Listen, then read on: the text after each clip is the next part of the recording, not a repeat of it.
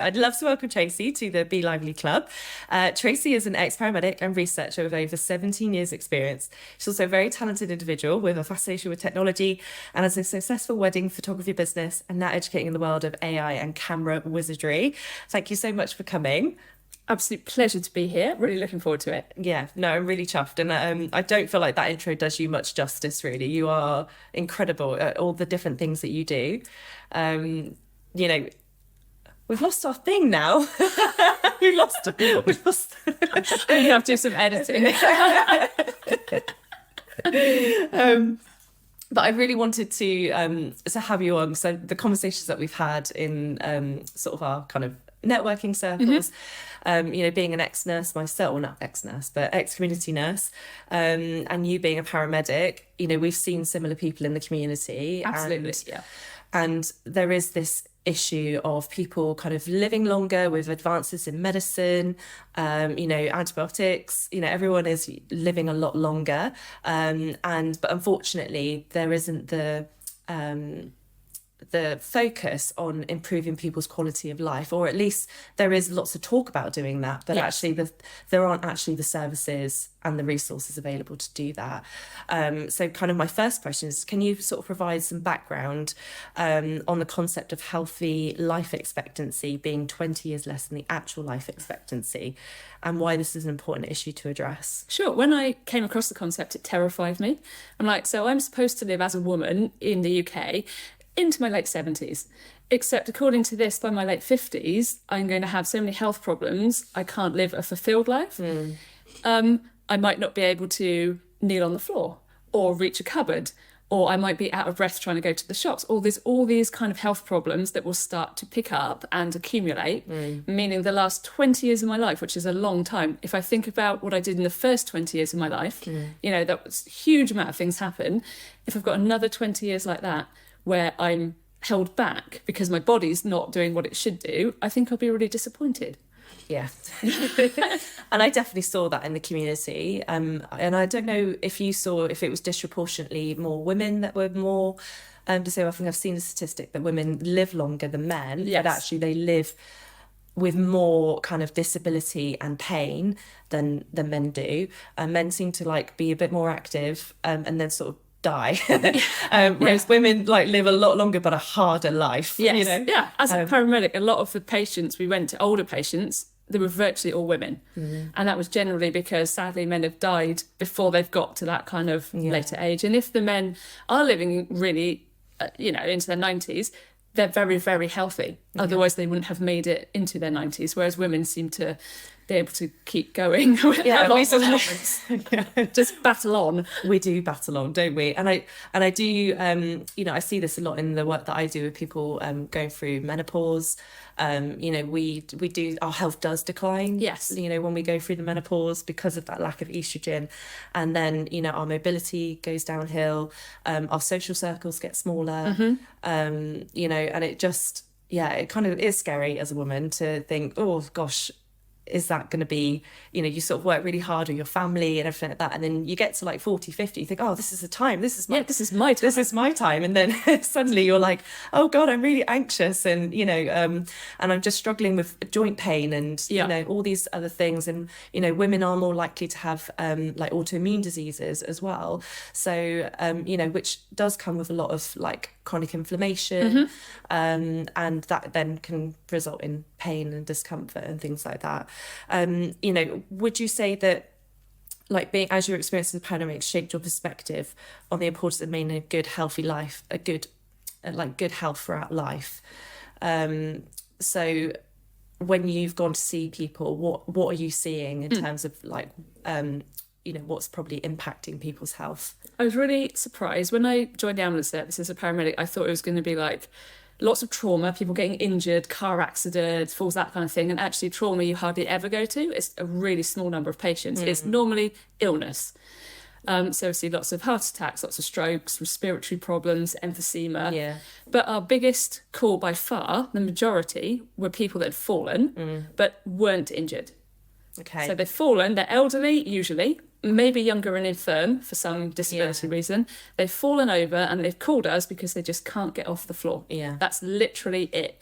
We go there and they might have some cuts, bumps, bruises, nothing you couldn't fix with a first aid kit, and they just cannot get off the floor. And I was really shocked. All these elderly women who've sat on the floor possibly all night because they didn't want to disturb us. You know, so they wait till the sun's come up before they make a call, or they can't get to the phone. It's taking them hours to actually reach their phone. And they just need a hand getting up. And I was like, God, am I going to get to like 60 and not be able to get myself up off the floor? Yeah. And I remember noticing their feet were really odd shapes as a result of wearing really small pointy shoes all their life. I'm like, gosh, if you had more like hobbit feet, you know, big spread out toes, you could have probably got off the floor without as much problem, and you probably wouldn't have fallen in the first place. Because also they're not so mobile, they're a bit unsteady, often overweight. All these kind of things contribute to your ability to fall over more easily and then not be able to get up. And that was what we saw a lot of, a huge amount of falls patients that just weren't injured, just needed a hand getting up.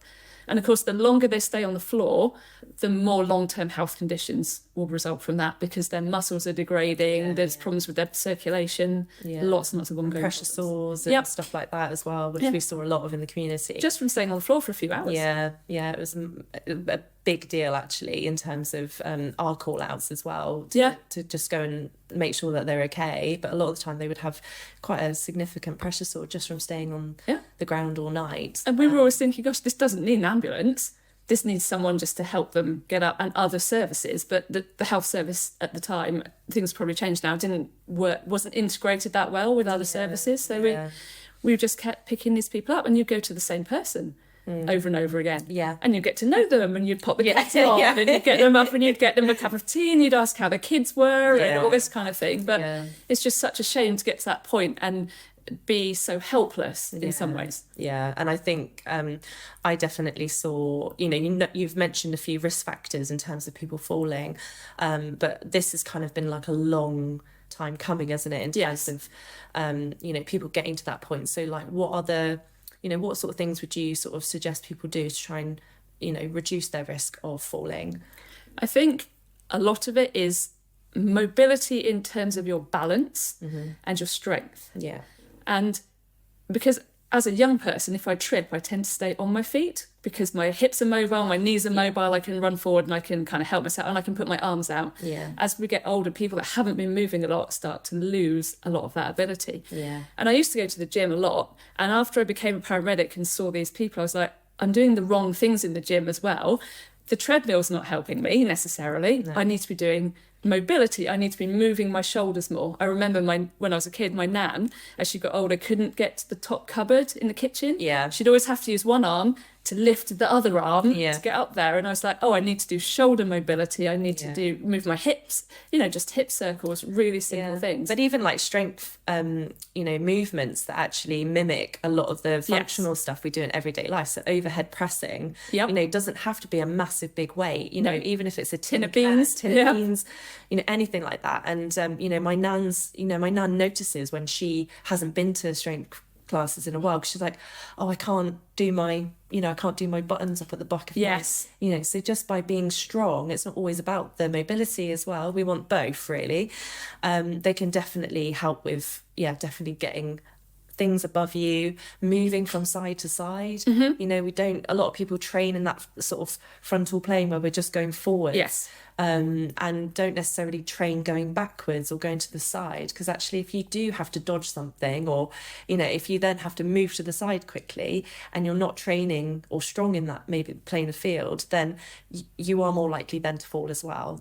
I'm the person in the gym at the end of my session that does a whole 5 minutes of crawling on the floor with my knees off the floor, just my hands and feet on the floor. I'll crawl forwards, I'll crawl backwards, I'll go sideways, and it's moving all those kind of joints and building those muscles for stability and balance.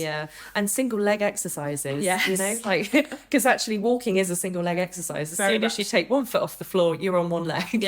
And so training stuff like, and I'm not a lover of lunges, but I know they're super good. I hate lunges. They need to be done. They need to be done, but equally done in the right way. So and I see this a lot in my field of work in terms of like pelvic health is, you know, we sort of don't utilize our core muscles very well, and we don't use our breath very well, and breathing is also, you know, like you say, if you've got chronic health conditions that do impact your breathing, that's also going to impact your core function, which is then going to impact your pelvic function, and then your ability to like use your glutes and stuff if you're not mobile as often. You know, if you do become more sedentary, those things sort of switch off, and it does make things more challenging, and people then sort of think they don't, there's not any way back. Yes. And I think that's the important thing, is that you can start at any point in your life. Absolutely. And completely reclaim that back. You know, I remember going to Austria with my nan, and she had a Zimmer frame, and, you know, I needed assistance on everything. As soon as she got her knee done and then started doing my classes, she's then like, she doesn't need any of that. She messaged me yesterday and said she did a whole ring of the local National Trust. She said, I felt a bit out of puff at the end, but she said I felt great. Yeah. You know, so it, you know, you definitely can turn back time a little bit. You can say tomorrow's a new start. Yeah. And I'm going to get some of that mobility back. Absolutely. For sure.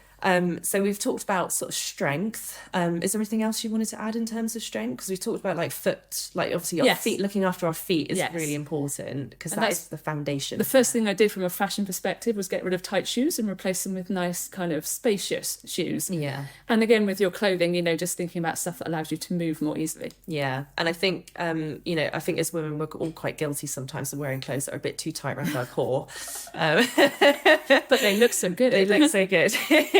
But, you know, just having comfy clothes, I think you get to a certain, but equally still looking fabulous. Yes. I think that's also important as we get older as well. And I think there's some other areas that we need to look at in terms of, you know, when I look at people with continence issues, you know, that's another massive factor of why people fall. Yes. Is incontinence, but also lack of sleep. Probably as a byproduct of that. Yes. But, you know, sleep is also another issue with a lot of medication. People are on lots of meds, aren't they, as they get older? I was shocked when I say to someone, do you take any medication? They're like, oh, it's in the cupboard, have a look. And they get out and this tray comes out, all different colours, different shapes. I'm like, what are these all for? And they're like, oh, I don't really know. I'm like, yeah. And I'll say to them, do you have any medical conditions? And they'll say no. I'm like, but what's all the tablets for? But because they're taking the tablets, they don't feel like they've got a condition. So they've kind of separated the idea that medication and conditions go together. Because, well, I don't have a breathing problem because I take these. Yeah, okay, that's really interesting. Forget there's those underlying problems that could still probably work on. Yeah, and actually, that does really disempower people a little bit, because then when they don't have the symptoms, then they're not kind of doing healthy lifestyle stuff to actually deal with the root cause in the first place, because actually medications also have side effects as well. Absolutely. So, and then we get into polypharmacy where it's all like you just walk rattling with your tablets. There was this really interesting study in the US, I will send you the link, where they took a nursing home and they brought children from the local school into the nursing home, and the elderly people and the kids were matched up. So they became a pair and they'd read to each other. Oh. So the child would practice reading to the elderly person, and the elderly person would read then back. And they grew this beautiful social kind of connection. And a lot of the residents gave up almost all their medication. They just didn't need it anymore.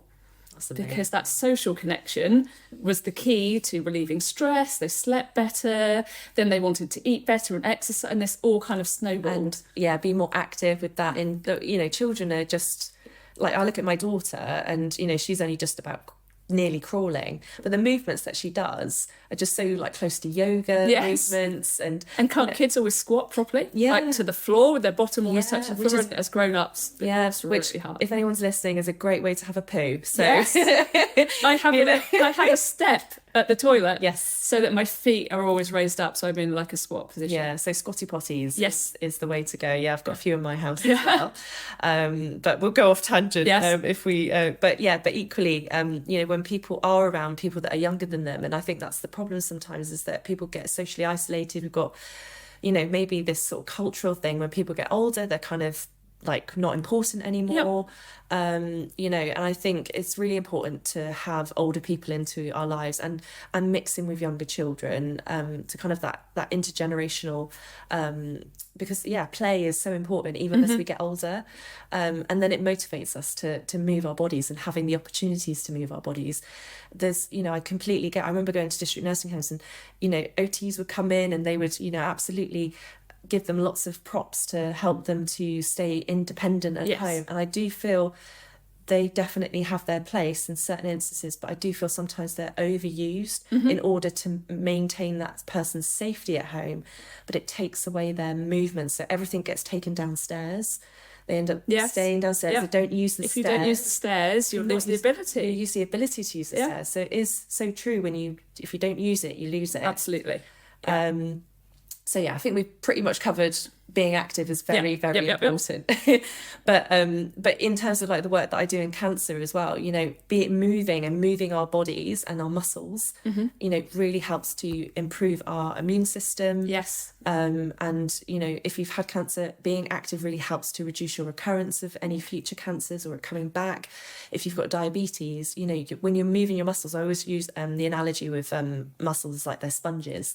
So if you've got lots of circulating glucose in your blood system, when you contract your muscles, they like soak it all up and they use it or they store it away, and then you've not got all that circulating glucose causing damage to your, you know, small vessels in your body. And so movement always should be definitely a huge pillar in terms of living well into older age. So we touched on sleep. Is there anything in terms of sleep that you wanted to? Sleep, I think for me, sleep is always the foundation of your health.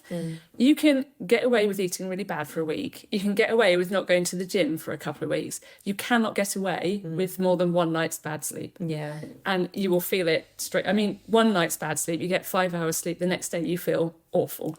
I'm living that at the moment. There's more people in your house. I've got an 8-month-old and an 8-year-old that won't go to bed. And it then impacts on your metabolism. You know, you can, if you don't get any sleep and I did a blood test the next day, you'd look like a diabetic because it deranges the way your body uses sugar. Is you then don't want to exercise, you then feel stressed, your heart races. There's all these side effects of not getting enough sleep. And it's important to go to sleep early enough. And I think, I mean, I would go to bed at 8 if I could because I love my sleep. But being in bed by 10 is really important, and no screens for an hour or two beforehand. Maybe the TV because it's on the opposite side of the room, but as for phones and tablets and that kind of thing, absolutely avoided. So that sleep at 10 o'clock, beautiful deep sleep, your brain clears itself out. We've got the lymphatic system, so your brain cells shrink, which allows them to wash themselves out, circulate all this fluid, reduce your risk of Alzheimer's disease, which I think is a real worry for a lot of people. The thought of losing your marbles over losing your mobility is a lot scarier. So that sleep is super, super important as the bedrock of general good health. Definitely. And then you mentioned nutrition. So I think for me, I don't tend to worry too much about calories per se. I worry about quality of my food and when and how I'm eating it. And I find that takes care of calories.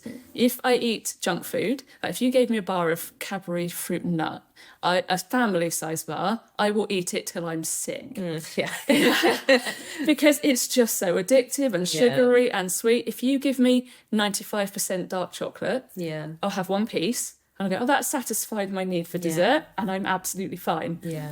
And I don't tend to eat meat, but when the occasions that I do, it's super high quality. I'd rather pay a lot of money for meat once a month than buying cheap stuff that's full of antibiotics and junk and fillers and because there's definitely a difference between feeling satiated, so feeling like you're full, and being satisfied. You know, because I can actually eat less food, but because of the quality of it, it looked colourful, I really enjoyed the process of making it, and then when I've eaten it, I'm like, I feel satisfied with that, and therefore I don't then tend to overeat afterwards. It's when I kind of reach for stuff, I'm mindlessly eating it, that I don't think my body registers that I've even eaten. And after sure, I didn't even enjoy that. I wish I'd sat down and enjoyed it, because it doesn't feel like I have. You know, at the end of the day, we are living lives that are busy. Yeah, there and you are do gonna be grab times- something out of the cupboard. Yeah, absolutely. And I think it's definitely giving yourself a bit of compassion sometimes when that is the case, because, we are, as humans, we're emotional beings, and we do, I think for a majority of people listening, probably find food as an emotional I do. release, in terms of... I deserve that, piece of cake. Well, that's a bad day. And, I'm going to sit down and enjoy it. Yeah, definitely. And I think I like a good amount of protein in my meal, because then I will feel full. Yeah. And something really hard work to eat. So like raw carrots or something, because part of your brain wants to feel like you've actually done some work in eating. Yeah. And actually that's really important for the muscles in your face. Yeah. And eating hard things will have an impact on, your facial movements, and you'll look younger because you're using those. It stops everything drooping. So that's a bonus in itself. Absolutely. But there's if you eat a lot of soft food out of choice, you won't feel as satisfied as if you've eaten something with some texture and some real effort to get some crunch, definitely. And I think in terms of just go back to protein, like really prioritizing that throughout your meals and also your snacks as well. Yes. And also when it comes to like in the evening, a lot of people, like with Horlicks and things like that, it is protein and a carbohydrate, and when those are eaten together, it creates kind of the precursor to melatonin. Yes. So that's why like a cheese and cracker, or and that's why cheese and dreams and all that's all kind of I get why people sort of associate them, but that's a good way to if you are feeling for a lot of women, particularly going through the menopause, a lot of the time their blood sugars are so unstable during the day because they've had shit nights. More. Sorry, guys. They've had a terrible night's sleep the night before. I think you have. They've had a terrible night's sleep the night before. Their blood sugars can then start to get a little bit low during the night, and that's when they wake up. Yes. And so just having stuff like that can really help using your nutrition to help you have a good night's sleep. And actually having a really good breakfast. Actually, if you set yourself up with a decent breakfast with, sort of protein, some complex carbohydrates, you then find that you're not actually snacking too much throughout the day. Yes. Because you've started the day quite well. Yeah. If I have an omelette for breakfast, I don't think I want lunch till 2 or 3 in the afternoon. Yeah. And I won't even notice. Yeah. Whereas if I have, I don't know, some sugary cereal, within 2 hours, I'm absolutely starving. Yeah. And everyone's individual. Like, some people say porridge fills them up for the whole morning. I think porridge is really good. I find that quite filling. Yeah. But for me, sometimes I get the sort of hunger pangs, maybe because I don't feel satisfied. Because it's soft. Because it does make a difference. It does, I'm not satisfied with porridge. I know porridge is good. And maybe porridge with like some nuts and stuff on the top to give you a bit of like effort in eating. Absolutely. And then, let's talk about like stress management. Because obviously with stress and our cup being full, our nervous system then has to prioritize, what part of our body is going to work, and what isn't. And, it can really create a lot of inflammation within the body. And so, just what sort of stress management techniques do you use? I think stress is a funny thing because it's good for us in the short term. Like if the lion's chasing you and you have a stress response, and your immune system is boosted for 20 minutes. So when you run through the brambles and you get shredded and the lion tries to take a bite out of you, your immune system's ready for it and it's, it's working really well. Yeah. But if you continue to feel stressed, your immune system then plummets. Yeah. And actually then you find, I've got the cold sore, or I've caught that flu thing that's going round, and you get unwell all the time. And it's thinking about stress in that, oh my God, the lion's chasing me. Okay, I'm really stressed. Now I've dealt with the lion. I need to calm down and relax, not worry about the lion coming back. Yeah. And there's a book, Zebras Don't Get Ulcers, about stress. Really good, really relatable, readable book. And it talks about the zebra sees the lion coming, runs for its life, panic. Lion's gone, zebra feels fine, goes back to eating grass. Yeah. Whereas humans, we'd be like, lion comes, panic, run away, lion disappears. Now I'm going to spend the next year worrying about the effect of the lion coming back. What if I'm on the outside of the pack? It will pick me off first. What if I get in the middle? What if it gets my family? Yeah. And I think it's this, for me, worrying about the future that causes a lot of just underlying quiet stress that you stop noticing. Yeah. And I try to focus on the moment. Yeah. Okay, I might have the dentist next week. I hate the dentist. I'm terrified of the dentist. Yeah. I'm not going to worry about that. until I arrive in the dental car park. Yeah. Then I can melt down, I can have all the panic that I want, but until then, I'm not going to worry about the dentist. And your stress response will carry you through. Yes, because that's really good. It's short-term stress, adrenaline goes, I'll manage it. Your it's veins fine. don't constrict, so you won't bleed. Yeah. You'll be fine. It's sweating. Yeah. So I try and focus on the moment. And, you know, if there's something in the future coming up and I can do something about it, then why worry about it? Yeah. If I can't do something about it, why worry about it? Yeah. But it's being conscious of that thought and going, I'm deliberately not going to worry about that. And I use a lot of breathing techniques. Yeah. You know, and you feel that stress start to build up and you can't stop worrying. Yeah. Long, slow, deep breaths, focus on the breath. And then I stop thinking about things around me. My body calms down. And then I can think in a more kind of manageable, proactive, constructive way. Yeah. And I think, you know, applying this to someone who is maybe like after retirement, you know, a lot of the time people probably think, oh, what have you got to worry about? You know, you've retired, you don't, kids aren't around. Then that's when you start to worry because your mind is free. Yeah, absolutely. And I think if your health is starting to deteriorate, you know, you do sort of question, oh, am I going to go into a care home or, you know, and what's that going to be like? And, you know, there are, unfortunately, you know, that is a worry for a lot of people. Absolutely. And even for me, I'm in my 30s. But when I train during the week, I'm not training to look a certain way. I'm training to make my old lady body strong so that she's as independent as possible. What would my old lady body want me to do right now? Yeah. But it's really important, you know, for my bone density. Yes. You know, because, you know, if we do fall when we're older, you know, and do fracture our hip, you know, statistically within a year, we're likely to, unfortunately, die. Yeah. So, and I think it's so important. Women are such a high risk for fracture because of their osteoporosis risk.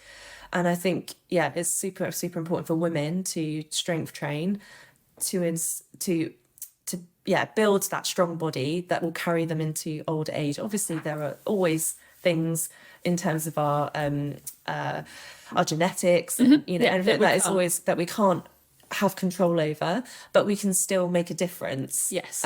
With being active and just being mindful about what we eat and, you know, improving our sort of stress response to things. And all of those things, I think, contribute to limiting your stress. Yeah. When I'm working out, I'm focusing on the pain in my muscle or whatever I'm doing, and I'm not worrying about other things. I try and go for a walk, and I'll go, you know, in the woods or the park or somewhere, and then you smell the air, you hear the birds, you stop that continual worry because you notice things around you. Yeah. And when I eat the right foods, I feel satiated, I'm not in the cupboard, and all those kind of stress levels, they just start to naturally dissolve away. Yeah. And if you can get rid of all of that, then all you're left with is the stress of the dentist or trying to park, you know, in the run up to Christmas and that kind of thing. Yeah. And also having a good social circle. Yeah. Because if you know something goes wrong and you can phone someone to either just rant about it or get them to help you, it takes a huge amount of stress off. Yeah. And I think I've seen this a lot in like district nursing, is like people feel like they have to do it on their own. And it's like, you don't have to do anything on your own. It doesn't make you less of a person or less independent. No, it makes you more independent. Yeah. If you can ask for other people to help. Yeah, absolutely. I definitely want to be able to have friends around that I could just ring and speak to. But yeah, it does feel like people's social circles do get smaller as they get older, which is a shame. Yeah. I can't think of the Japanese word for the groups of women. So in Japan, as a young person, you join a group of women and you stay in that group for your whole lives. So you meet up regularly. You have a financial fund that you all contribute to. So if one of you needs money, there's a fund there for that group to share. And you just spend all your time, you know each other, and you just grow old together. And then certainly once you've retired, you've got all that time together as this little group. So I used to always spout this this quote, which was, it takes a village to raise a child. And then I really saw it from a different perspective, that it takes a village to support a mum. Yes. And I think it's so important that we do need that social, it's not just about the child and rearing our young, it's actually giving the environment for adults to thrive and to be able to enable them to look after because then we're better. Yeah. It's like the thing on the plane, you know, if the oxygen mask's full, you put your mask on before you give it to anyone else. But when women gather, we're just the energy is so different. And I do see like my husband, who doesn't see his friends as much as I do. And, and I think there was something I read the other day in terms of like blue zones with Yes. Yeah. And where their environment just makes it easy for them to eat well, to sleep well, to socialize well, to be active. They live very long lives with very little disease. But men seem to live the same amount of time as women, whereas in other parts of the world, women outlive men. But they're finding that in those areas, men are actually do have that similar social circles to women. So, as much as I'm that sort of person who likes to be around people, but I also like to retreat and be on my own as well. And I think, we can't, being like, you've just been on a retreat. I have a solitude retreat. A solitude retreat.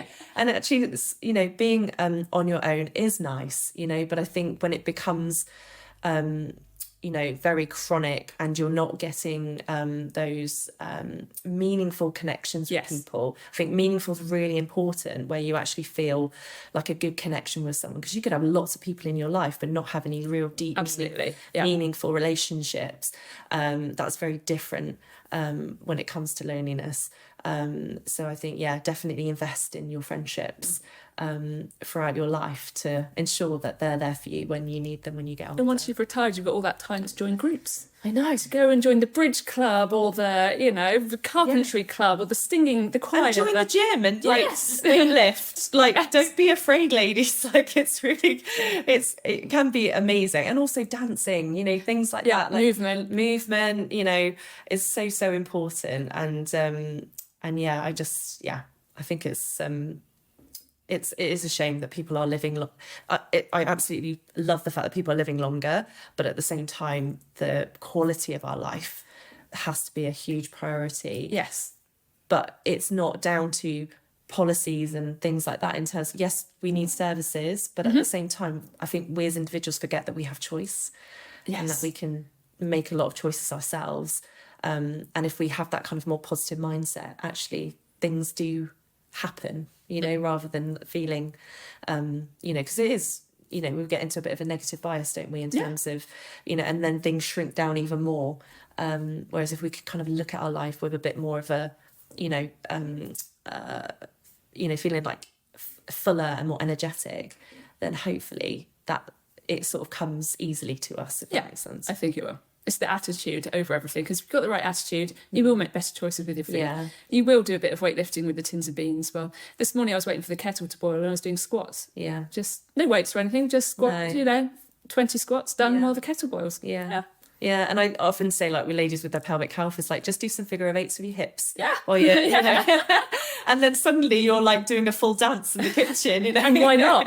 And why not? It's all training that pelvic floor. So, oh, thank you so much for coming, Tracey. I've really, really enjoyed this. I just want to ask one question at the end, and I ask this to everyone that comes on. I was not preempted. No, but don't worry, it's just a fun question. Yeah. Okay, so if you could go out for dinner with 3 people, 3, dead or alive, who would they be and why? Oh, okay, so I'm not good at names, so we might have to do a bit of description here. Okay, this is a good game. Dame Judi Dench. Oh, yeah. Because I just think she must have met everyone who was cool. Yeah. For the same reason Maggie Smith. Mm-hmm. Yeah, I was watching her yesterday in that film about opera. Oh. She's like an elderly operatic singer that's moved into a nursing home and kind of life after opera. Yeah. So I think she'd just be cool from knowing everyone. And probably Einstein. Why Einstein? Because he had a way of thinking that most other people can't do. Yeah. It's the way. It's not the fact he, figured out quantum physics, or although he disagreed with a lot of that. How did he think so differently to other people to come up with these insane ideas? Yeah. Because most of us think in a quite rigid way, in a quite like logical, and he just comes up with these like crazy ideas. I just like, how did you do it? Yeah. So I can apply that in my life. I'm not going to be a physicist, quantum physicist anytime soon, but how can I just think differently about stuff? Yeah.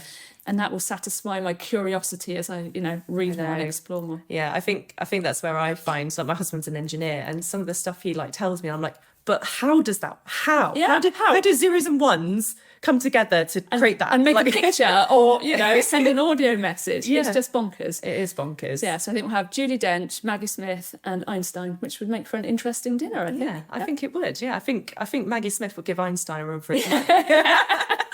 With that old lady attitude. Yeah, I know. But yeah, I like that. A lot of wisdom around the table. Yes, for sure. Lovely. Well, thank you so much. Absolute pleasure. Thanks for having me.